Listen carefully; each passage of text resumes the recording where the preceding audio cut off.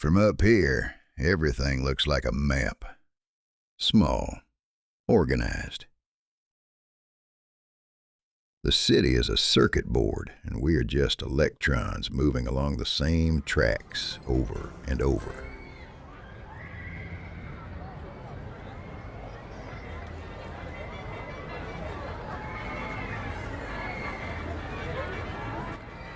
Look, there's the main avenue, my daily circuit. The taxi line, the same right turn to avoid the jam. The same shortcut that isn't a shortcut anymore because everyone knows it. It's the deception of variation. We think we're changing routes, but the destination, the routine, is always waiting for us at the end. They're all just passing through. They get in, name a destination, they get out. 30 minutes of a life I'll never know. They leave me their cologne, a half-smoked butt, sometimes a snippet of conversation, little fragments, and then silence. I am a carrier of other people's moments. I drop them at the door, and the back seat is cold again, as if no one was ever there, as if I wasn't either. 20 years, 100,000 rides. I've gone up and down these streets millions of times. And now I'm here, going up and down in a circle of iron, for the simple pleasure of returning to where I started.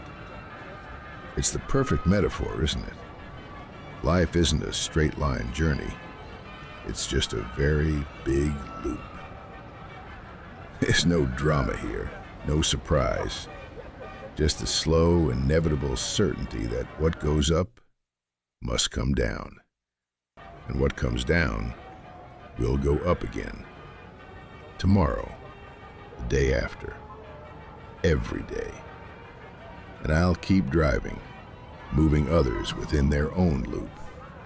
Only mine is higher and colder.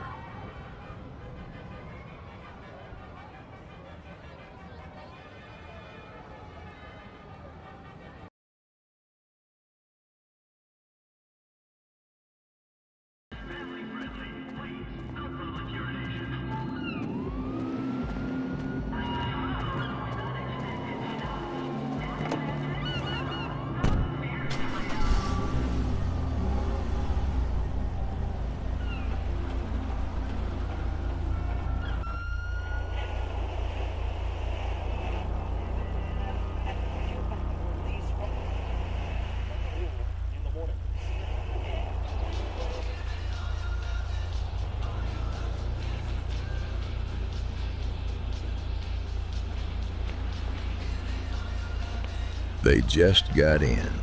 No warning, no signal. But passengers are always an interruption. Turn off the radio. Start driving.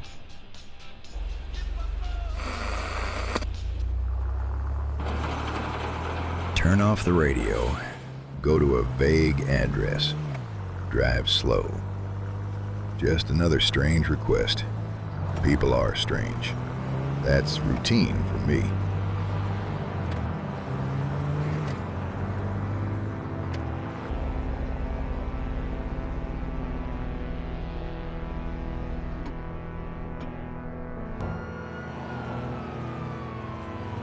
Something didn't smell right about this fare. It was the same rhythm, but a different tune.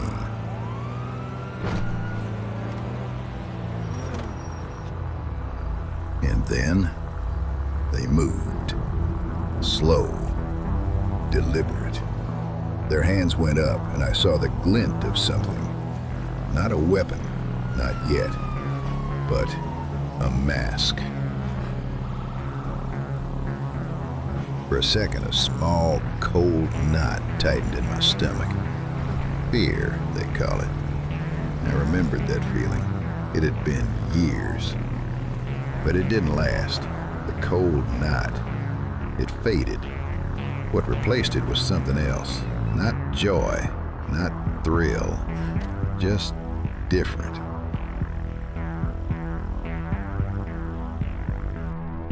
A gun, black, cold, familiar from the movies, but somehow softer in real life. Or maybe I was. The knot in my stomach tried to return, a fleeting shadow of panic. But it was just that, a shadow. I knew this was coming. Listen carefully, driver. We need you. Not for a single ride. We need your car. And your discretion. We have business in the city. Small errands. You will drive. You will take us where we need to go, when we need to go. You will wait. You will see nothing. You will say nothing. When it's done, you're done. Your car, your life, back to normal. The pay will be more than adequate for your troubles. Business. Dirty business. I'd never been associated with anything like this in my life. The closest I ever got to organized crime was washing the cars for Tony Cipriani back in Liberty City when I was a kid. Sometimes I'd see his silent men pull up, hands dirty, but that was it. I was just a cleaner. I'm a transporter, not a participant.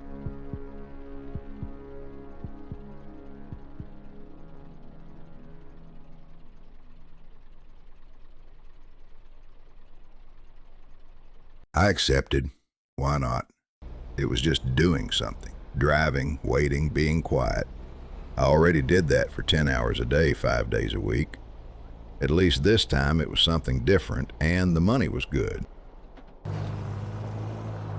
Alta and Power Street. Just another intersection. I didn't ask what was there. I didn't ask what they planned to do. I didn't want to know the details.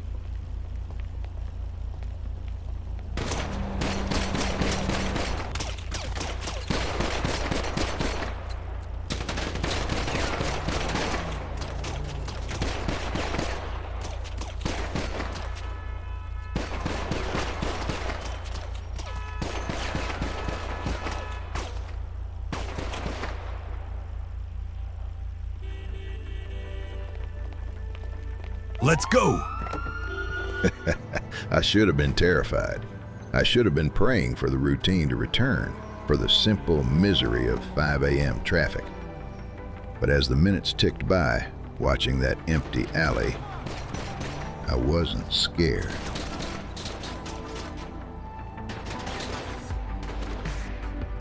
Cortez Street, Vespucci Boulevard, downtown. The process was cold, efficient. I didn't see the faces of the victims, only the cold, mechanical process of the men coming and going.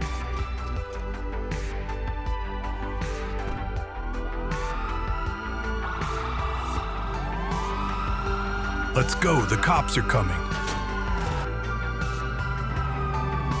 Even the police lights flashing behind us, red and blue, didn't bring dread. They brought color. They brought noise. It was exciting. It was a purpose, however brief, however dark. And I was finally, truly, in the moment.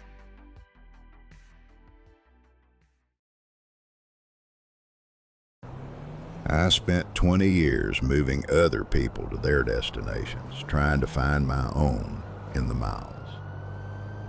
But the answer wasn't in the destination. It was in the speed, in the risk, in that moment of pure flight. End of the line, driver. Wait here. We'll be back in a minute with your pay. That last word, it didn't sound right. The excitement, the adrenaline, it vanished, replaced by the bitter taste of reality. The question hit me. Why choose a taxi driver? We're the most disposable people in the city. We see everything, but no one ever remembers our faces. We're easy to forget, easy to make disappear. I wasn't an accomplice. I was a loose end. A driver who knew too many streets and too many masked faces. They weren't coming back with the money. They were coming back for the last loose end.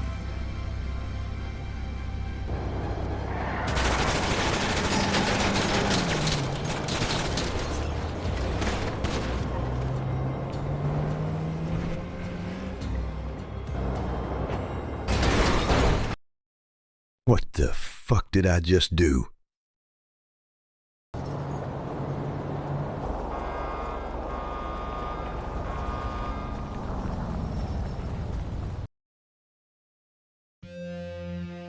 Now I'm trying to become invisible. Every face is a threat. Every shadow is watching me. Los Santos used to be my map. Now it's a cage. Stay alive. Stay unseen.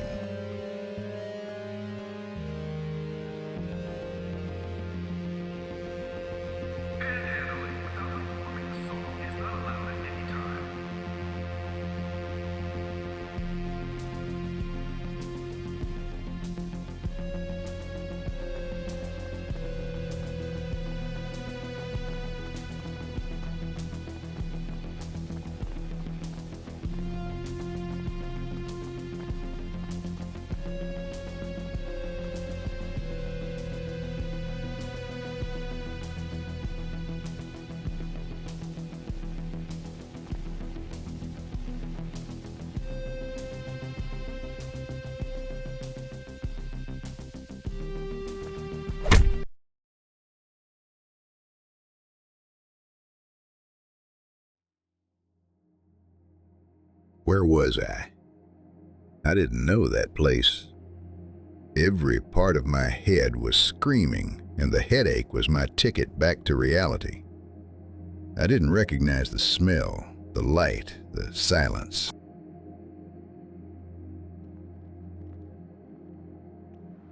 The other one, the one I missed, my big escape, my big moment of action. It lasted less than a flash in the pan.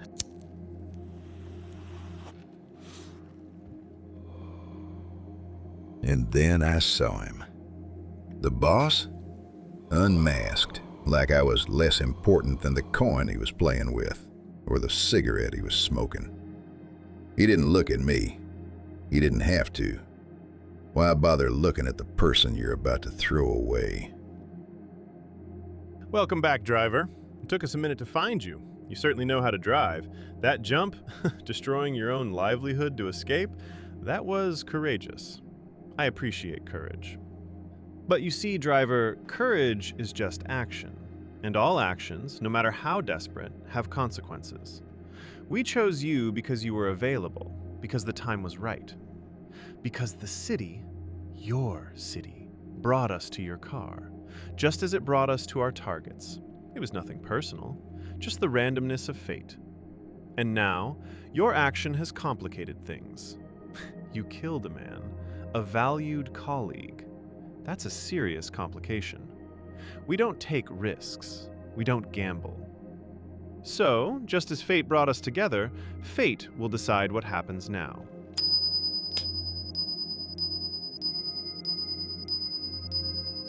You played the game of chance, and in the end, that's what we are. Just putting your fate back into the hands of the blind chance you tried to escape. You know what to do with our driver.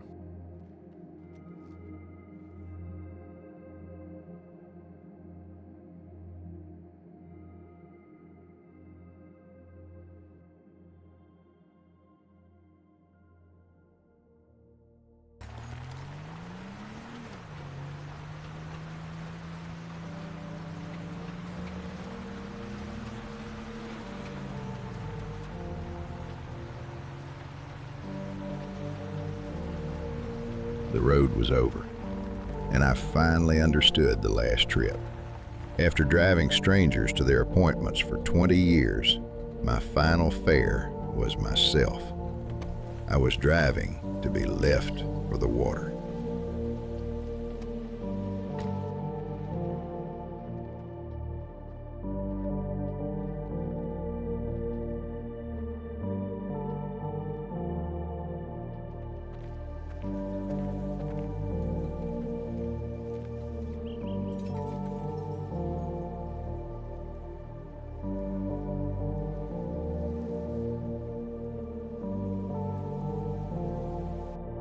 He thought I was done. He thought the loop of my life was finally closed.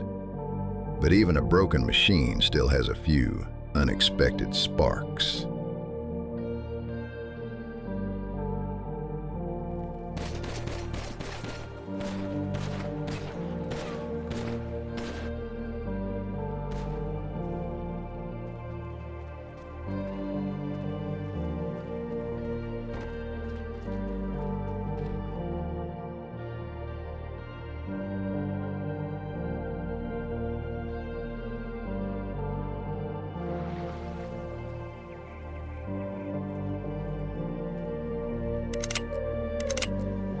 Empty.